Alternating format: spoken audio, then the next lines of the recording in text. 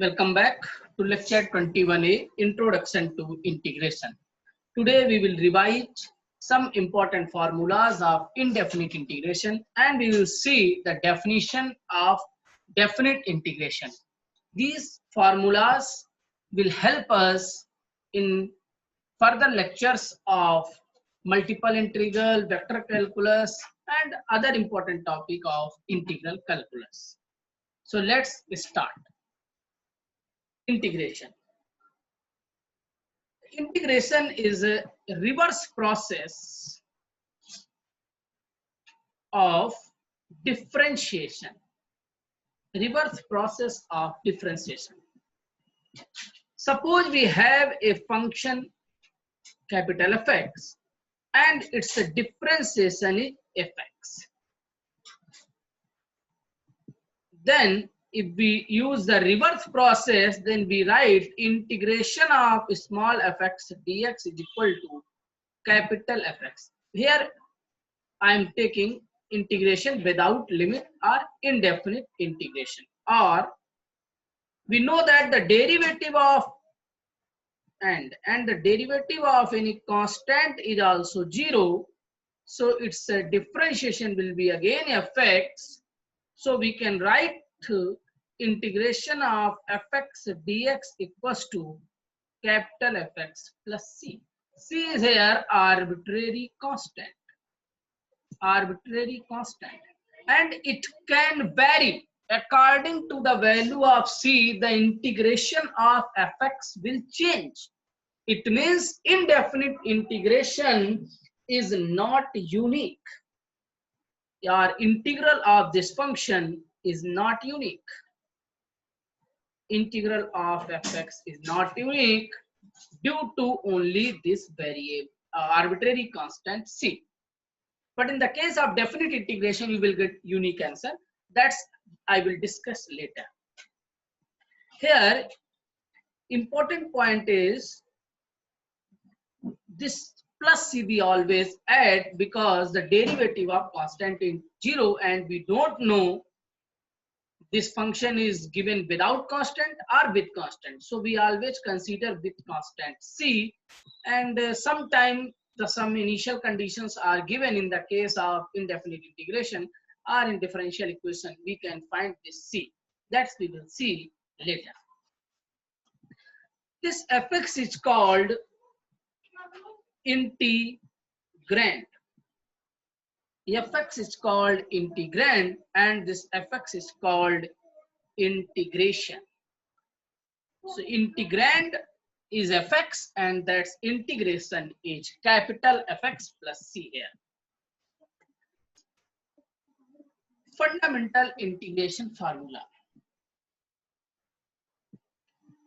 We know that the differentiation of x to the power n plus 1 equal to n plus 1 x to the power n, and if we divide x by n plus 1 both sides, we can see that integration of x to the power n is equal to x to the power n over n plus 1. We will always add a constant c because we don't know the differentiation is given with constant or without constant. Here important point is n is not equal to minus 1. So I am just writing here now integration formula. I am skipping the differentiation because you all are aware with that. Integration of 1 upon x dx when n equal to minus 1 here, log mod x, or log x when x is greater than 0. If x is greater than 0, and it is defined only when x is greater than 0. If it is given with minus sign, we take minus sign outside. Integration of e plus c, always add plus c. E to the power x dx is e to the power x plus c. A to the power x dx is a to the power x over log a plus c. And the formula for trigonometric functions are integration of sine x dx is minus cos x plus c. Cos x dx is sin x plus c. Integration of sec square x dx is tan x plus c. Integration of cosec square x dx is minus cot x plus c. Integration of sec x into tan x dx is sec x plus c. Integration of cosec x into cot x dx is minus cosec x plus c. Some other formulas are integration of 1 upon under root 1 minus x square dx is sine inverse x plus c. Here x is belonging between minus 1 to plus 1. Integration of 1 upon 1 plus x square dx is tan inverse x plus c. Here x can be any real number. Integration of 1 upon x under root x square minus 1 dx is equal to sec inverse x plus c. Here x belongs to any real number except minus 1 to plus 1. These are the domain here. So these are some fundamental formulas we have studied with the help of differentiation. Now, let's see properties of indefinite integration. First property is, if we multiply with any constant value to integrand, then this constant can be taken as outside, and integration of fx I am considering capital Fx plus c. Or you can write k into fx dx is equal to k into integration of fx dx here. I am considering here integration of fx dx is capital Fx plus c. Second, if you have many functions with the operation addition or subtraction, the first property was scalar multiplication. Here I am taking addition of subtraction, n functions are here, dx. Then we can separate these functions f1x dx plus minus f2x dx plus minus fnx dx. If we change the scale function ax plus b, we write into dx, then it is equal to the f ax plus b over a plus c, where I am considering the integration of f is capital F, capital Fx. I am using this result. How to prove this? We can simply prove this. We can replace ax plus b by a new notation small t, then we differentiate both the side. Differentiation of x is dx. I am not saying with respect to any variable, just differentiate with respect, just differentiate both the side. Then the derivative of x will be dx and derivative of constant b will be 0, derivative of t will be dt. It means dx will be dt over a. If we replace in the left hand side, we can see it will look like ft into dt over a. Now 1 upon a is a constant value, scalar multiple, so we can use property 1, it will be outside. Integration of ft dt. Use the assumption, the integration of fx dx is capital Fx plus c. So here I am using capital ft plus c. So it is 1 upon a, put the value of t, the ax plus b plus c upon a. It is again a constant. It need not be necessary that this constant is same. It can be written as plus c dash, new notation 1 upon a f of ax plus b, because it's an arbitrary constant, so anyone can select any arbitrary constant, c dash, c1, c2, anything. That's why indefinite integrations are not unique. Let's see some more properties.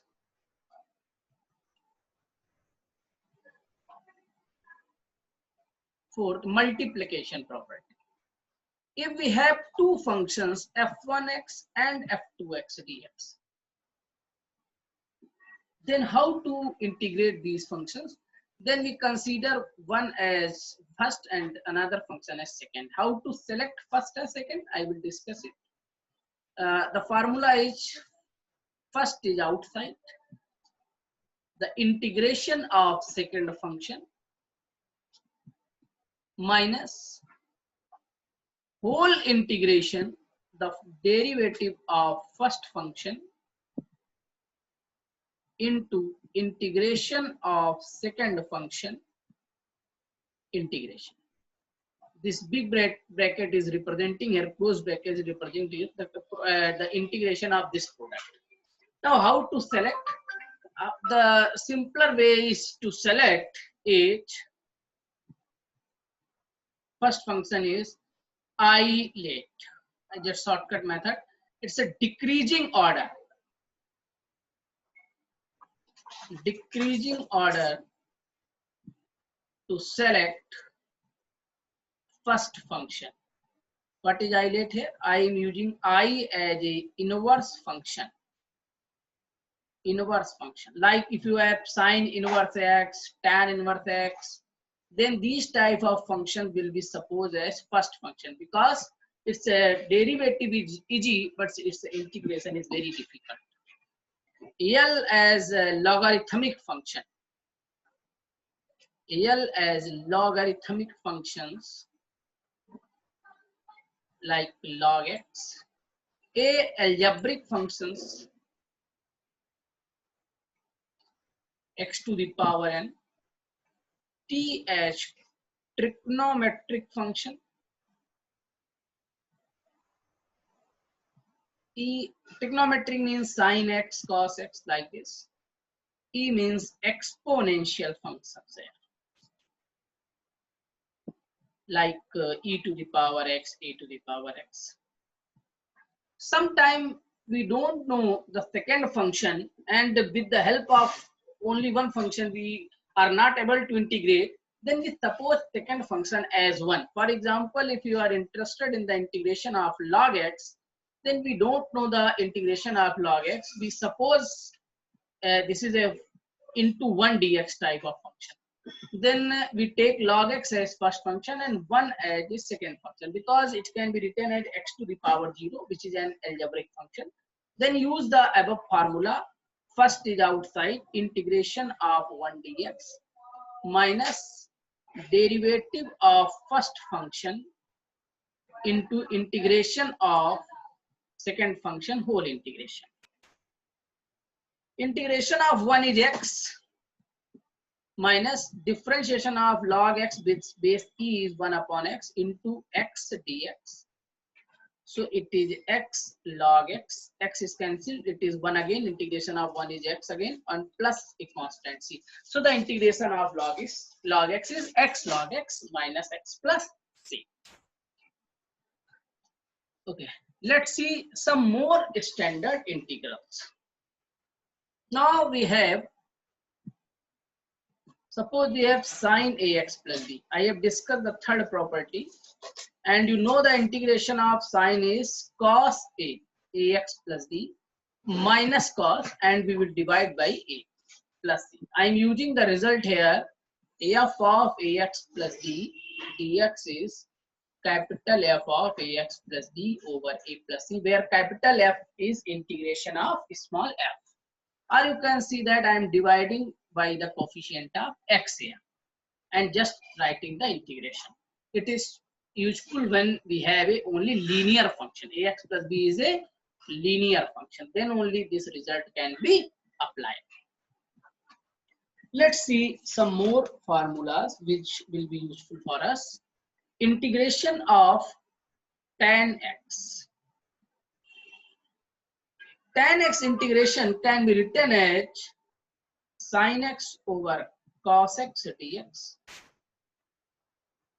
Then by letting cos x, it is called integration by substitution. We will study. We have already studied in class 10+2. So I'm not going to in detail of integration by substitution. And this topic is a prerequisite for further topics. That's why we are studying this. Otherwise, we can start definite integration directly. But for revision sake, I am revising all the formulas again. Then we differentiate both the side. It is minus sin x dx equal to dt, or sin x dx equal to minus dt. Now you put here, it will be minus dt over t. It will be minus log t plus c. And what is your t here? I am considered a log x. You can write mod of t, then it is mod cos x plus c. And if you take negative inside, it will be 1 upon cos x, that will be sec x plus c. So the integration of tan x dx is log mod sec x plus c. Similarly, integration of cot x dx is log sin x plus c, base e here, log sin x plus c here.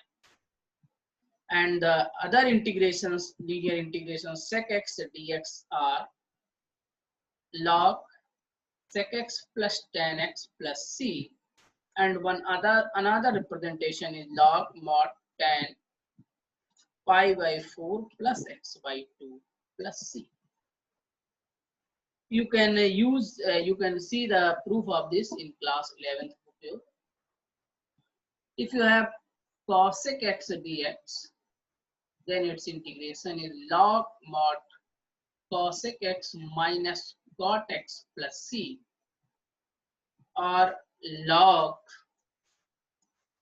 tan x by 2 plus c, log tan x by 2 plus c. So these are very useful integrations for us. Let's see some important integration by using substitution. So if you have some important substitutions, suppose you have a fact under root a square minus x square in the integration term, then you just put x equal to a sin theta or a cos theta. It will simplify your integral. If you have a square plus x square, or x square plus a square, or under root inside under root, or inside under root, then x equal to a tan theta or a cot theta. If you have under root x square minus a square, then you put x equal to a sec theta or a cosec theta. If you have under root a plus x over a minus x, you put x equal to a cos 2 theta, a cos 2 theta. This will work for under root a minus x upon a plus x form also. If you have x minus alpha into x minus beta in the denominator form, then you put x equal to alpha cos square theta plus beta sin square theta. If you have under root ax square plus bx plus c type in the numerator and denominator, make it perfect square. Make perfect square for solving the integral. For solving the integral. By using these substitutions, we have some another formulas. We have some another formulas like integration of 1 upon under root a square minus x square dx is equal to sine inverse x by a plus c. Second is 1 upon a square plus x square dx, or x square plus a square dx is 1 upon a tan inverse x upon a plus c. I will suggest to all of you, please learn these formulas, so it will help you in calculations of some difficult problems. Dx over x under root x square minus a square equal to sec inverse x upon a plus c. We have some in formulas in the form of log also. 1 upon under root x square plus minus a square is log x plus under root x square plus minus a square plus c. X plus under root x square plus minus a square. If you have 1 upon a square minus x square dx, then it is 1 upon 2a log a minus x over a plus x, a minus x over a plus x. If you have some formula in the same factor in the numerator, then suppose under root a square minus x square dx is x by 2 under root a square minus x square plus a square by 2 sine inverse x upon a plus c. So here I add plus c also. So these are some very important formulas, and I will suggest learn all these formulas. We have two more results related to integration by part or product of integration. Suppose you have integration of e to the power ax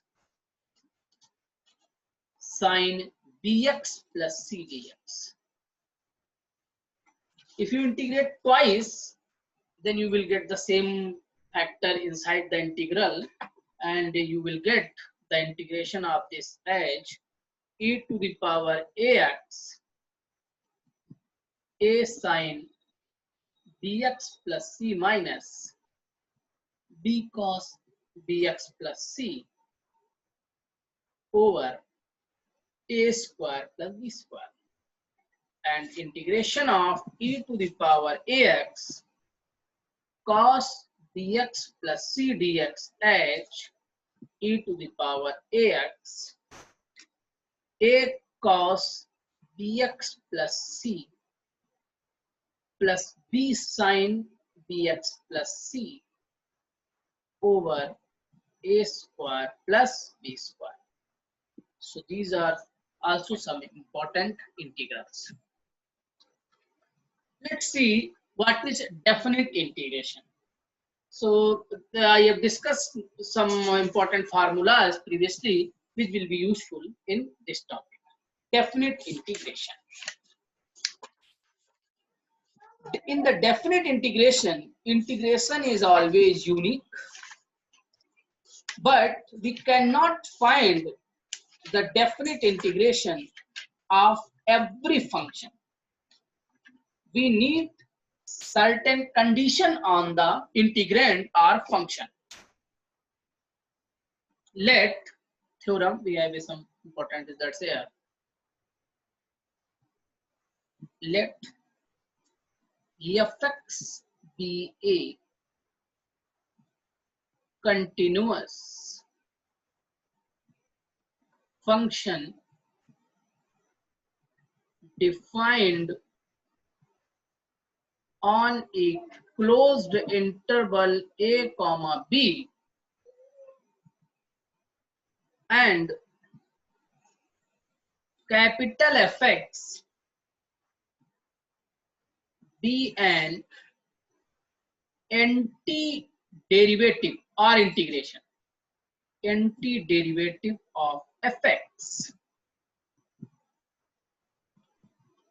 Then definite integration on closed interval a to b fx dx is given as fx a to b. Here a is called lower limit and b is called upper limit, and it is given as fb minus fa. So this is always unique, but we need continuity in the given domain. Suppose function is piecewise continuous, then we will see this property in the next lecture. That's the important property of definite integration when function is piecewise continuous in the given domain. Now, what is the geometrical interpretation of this integral? Suppose you have a function fx which curve is look like this fx. In the closed interval a comma b, if we take bound by this limit x equal to a and x equal to b, this is the limit of x. it is lower limit x equal to a and upper limit is x equal to b. If we bound this by the x-axis, then this is the area of this curve bounded by x-axis. Area of the curve y is equal to fx bounded by x-axis. Now, what will happen if domain is open interval? Open interval. Will integration changed? The value of integration will same or it will change? The value of integration will be same, because in the open interval also a to b fx dx, it will give you fb minus fa only.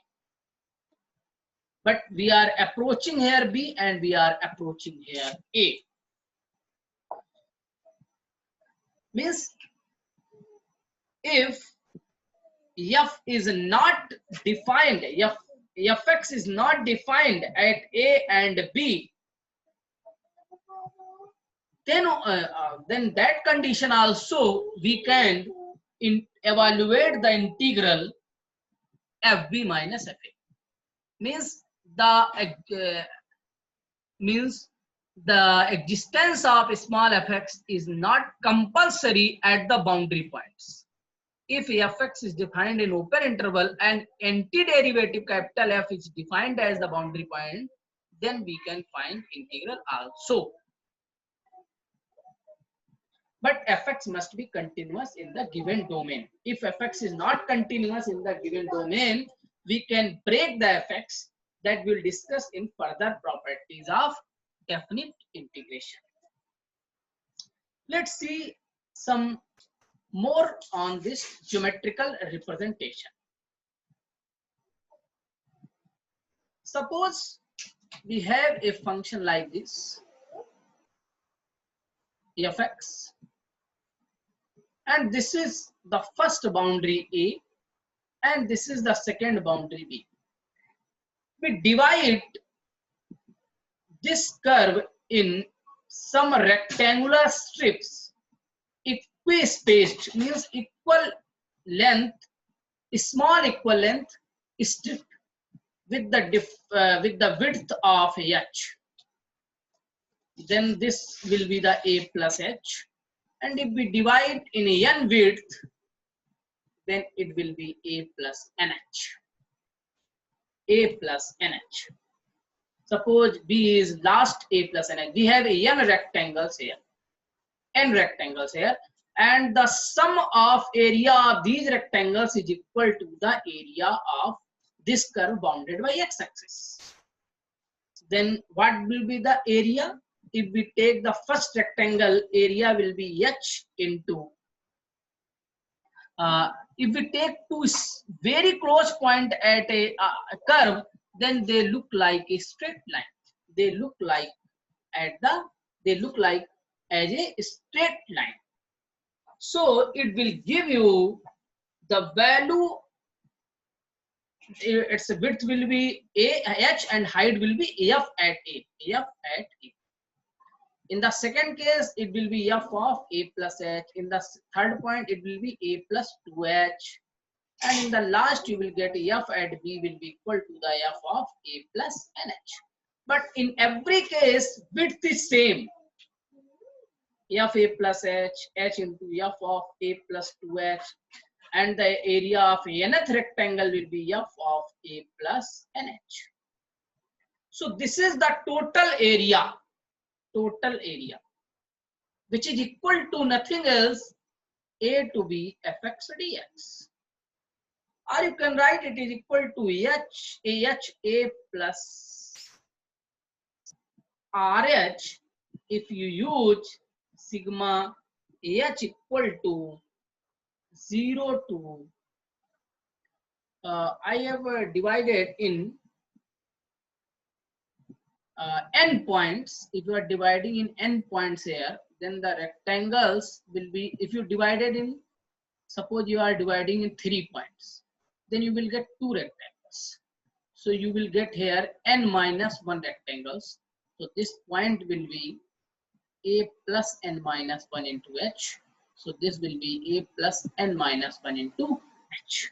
Or you can start from the boundary. If you start from here, if you start from this point, then the last point will be a plus nh. Then we have to take it as f of a plus h. Then if you are starting from a, then you have to write a minus h here. So n will be, r will be start from 0 to n minus 1. It is equal to the a to b fx dx. It is also equal to the discuss I have. You can write like this, f of a plus h. If you start height from the second point, a plus h, plus h of a plus 2h, then the last point will be a plus nh, which is equal to this only. So both are equal. In that case, your sigma will be start from 1 to n, a plus rh can be written as. If you are taking from first point, then it will go up to n minus 1 because we are dividing n points. If you are dividing in n points, then you will get n minus 1 rectangles. Now it's just depend at which you are going to start, from the height at a or height at a plus h. Please listen my words carefully here. So this is equal to a plus rh. I am taking this notation only. Now, limits using definite integration I have discussed here. A to b fx dx is nothing else. It's h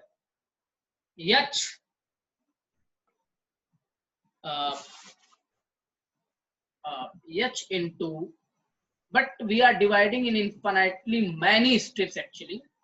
So don't write it is equal now. Don't write it is equal now. These both are equal here. These both are equal. And when h is very small actually, when h tending to 0, it means we are dividing in uncountable strips here, for which h is very small. So if we take the limit h, if we take the limit h tending to 0 in h into sigma r equal to 1 to n f of a plus rh, then it will be equal to the a to b fx dx, because we are taking the length of the width of strip is very small. It's tending to 0. It's a tending to 0 case. Now if we replace a as 0 and b as 1, then it can be written as 0 to 1 fx equal to limit h tending to 0 h into sigma r equal to 1 to n f of rh. Your h is very small, then the number of strip is going to be infinity. As h tending to 0, n is tending to infinity. Or you can say the product of n into h is 1. The product of n and h is tending to 1. We are taking this type of condition here. It means if your h is very small, n is tending to infinity here. H is tending to 0. So it can be written as limit n tending to infinity 1 upon n sigma r equal to 1 to n f of r by n. So this is the use of limit here. This is the use of limit here. I have discussed this concept in limits chapter also. Now you are free to change the limit as sigma and integral. If you write here some c to d fx dx, then it will be limit n tending to infinity 1 upon n f of r by n. Your sigma is going to be changed. You will get some phi n to psi n type. phi n to psi n. For C part, you will get some phi n. For D part, you will get some psi n. I have discussed the result in the limit chapter also. Let's see some examples on this. Let's see some examples on this concept. First example is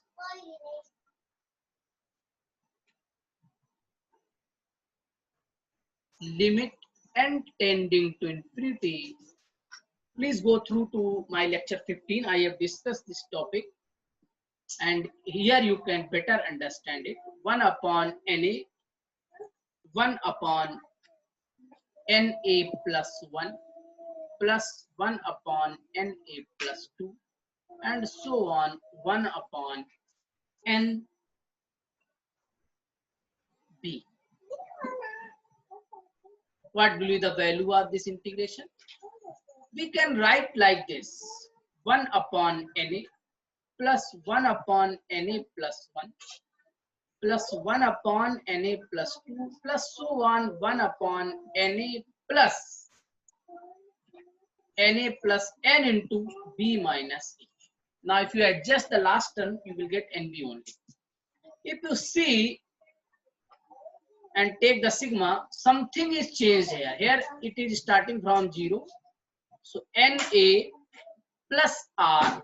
R is starting from 0, 1, 2 up to n into b minus a. N into b minus a. This is the sigma representation. Now you need in the C into d f fx dx limit n tending to infinity 1 upon n f of r by n and sigma r equal to phi n to psi n, where 1 upon n is replaced with dx, r by n is replaced with x, c is equal to limit n tending to infinity phi n upon n and d is equal to limit n tending to infinity psi n upon n. So this is the way to convert in integration. So we need r by n here and 1 upon n. So if we take 1 upon common inside this integration, you will get a plus r by n if you take n common. Now what will be the c? C will be the limit n tending to infinity. Upon n is compulsory. Take the lower limit 0, it tending to 0. What will be the d? N tending to infinity, n in the denominator. What in numerator? N into b minus a. So upper limit will be b minus. So the integration representation will be 0 to b minus a. 1 upon n, it adjusted as x, 1 upon a plus x. What is the integration of 1 upon 1 plus ax? It's a log a plus x. Limit is 0 to b minus a. Limit is 0 to b minus a. If you put the upper limit here, ax is equal to b minus a, a will be cancelled log b, and if you put lower limit, you will get log a. So log b minus log a or log b upon a. This is the integration of this limit. I have one second example based on this article. If we have limit n tending to infinity, this is a very famous example, n plus 1, n plus 2, and so on, n plus n to whole power 1 upon n upon n upon n. If you see, there is a power in the expansion. So best way to tackle the power is take the log both the side, or you can firstly write power in the entire term. So it will be n plus 1 sorry, n plus 1, n plus 2, and so on, n plus n upon n to the power n to the power 1 upon n. Now you can see n is cancelled out n, and you will get the same term here. Same term here. Now take the, suppose this is equal to L. Take the log both the side. It will be log L equal to limit n tending to infinity 1 upon n will be taken as outside. Log, give n to every factor. It is n factors are here. 1, 2 up to n. 1, 2 up to n. There are n factors. So give n to every term. N plus 1, n plus 2, and so on. N plus n upon n. Limit n tending to infinity. 1 upon n. Use the property log a into log b into log c. Log a plus log b log c.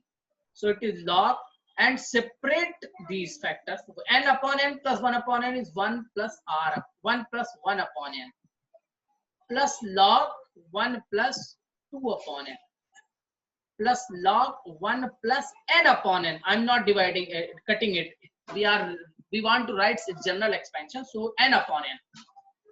Now if you take the sigma here, you can see what is not changing. Log is not changing, 1 plus is not changing, upon is not changing, it is changing 1, 2 up to n. So call it as r. Then r is starting from 1 to n. R is starting from 1 to n. Now, how to find c, d, fx and dx? Let's see that. So the converted limit is now look like limit n tending to infinity 1 upon n sigma r equal to 1 to n log of 1 plus r upon n. And we want to make it as c to d fx dx. What is c here? C is a limit n tending to infinity upon n. What is lower limit? 1 upon n is tending to 0. D is a limit n tending to infinity. N upon n, upper limit is n here, 1. And r by n is replaced with x, and 1 upon n is replaced with dx. So the integration will look like now 0 to 1 log 1 plus x, 1 plus it is your x and this will be your dx, 0 to 1 log 1 plus x. Now if you integrate, log 1 it is separate, so multiply with 1 first into second. I have discussed earlier this. First is outside,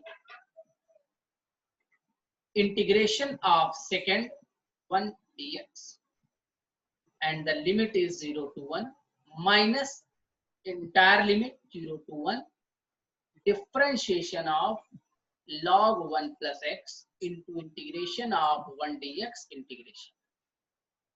So log L equal to, we have taken log L both the side previously, x into log 1 plus x 0 to 1 minus 0 to 1 1 upon 1 plus x into x dx.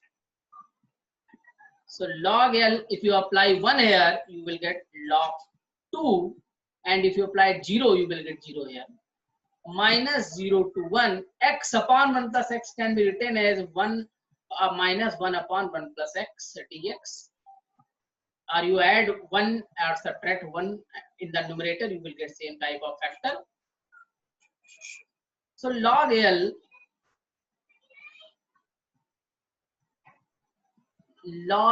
is equal to log 2 minus 0 to 1, 1 minus 1 upon 1 plus x dx is equal to log 2 minus x minus log 1 plus x 0 to 1. So log 2 minus, if you apply 1 minus log 2, if you apply 0 here, you will get 0. Log 1 is 0 and x is 0. So you will get here 2 log 2 minus 1. Or you can write log 4 minus log 1 can be written as log e. Log m minus log n is log m upon n, and this is equal to log L. If you compare, L will be 4 upon e. So this is the limit or integration of that integration. Given question, 4 upon e is the correct answer. One important point I want to discuss here, if you have integration by part f1x into f2x dx, and you want to apply the limit here a to b, and this is your first function, this is your second function, then first is outside. How to apply the limit I am discussing here, integration of second function, apply the limit in the product here a to b, minus a to b is here only, differentiation of first function into our product with the second function integral into whole integral. So this is the way to apply the limit. In the next lecture, we will study the properties of definite integration. This is most important lecture, and followed by the next lecture, area under the curves in one independent variable, and followed by the problem station sets. Okay, thank you. I hope you will revise these formulas and try to solve some basic problems based on indefinite integration so you can apply the formulas in better manner. Okay, thank you.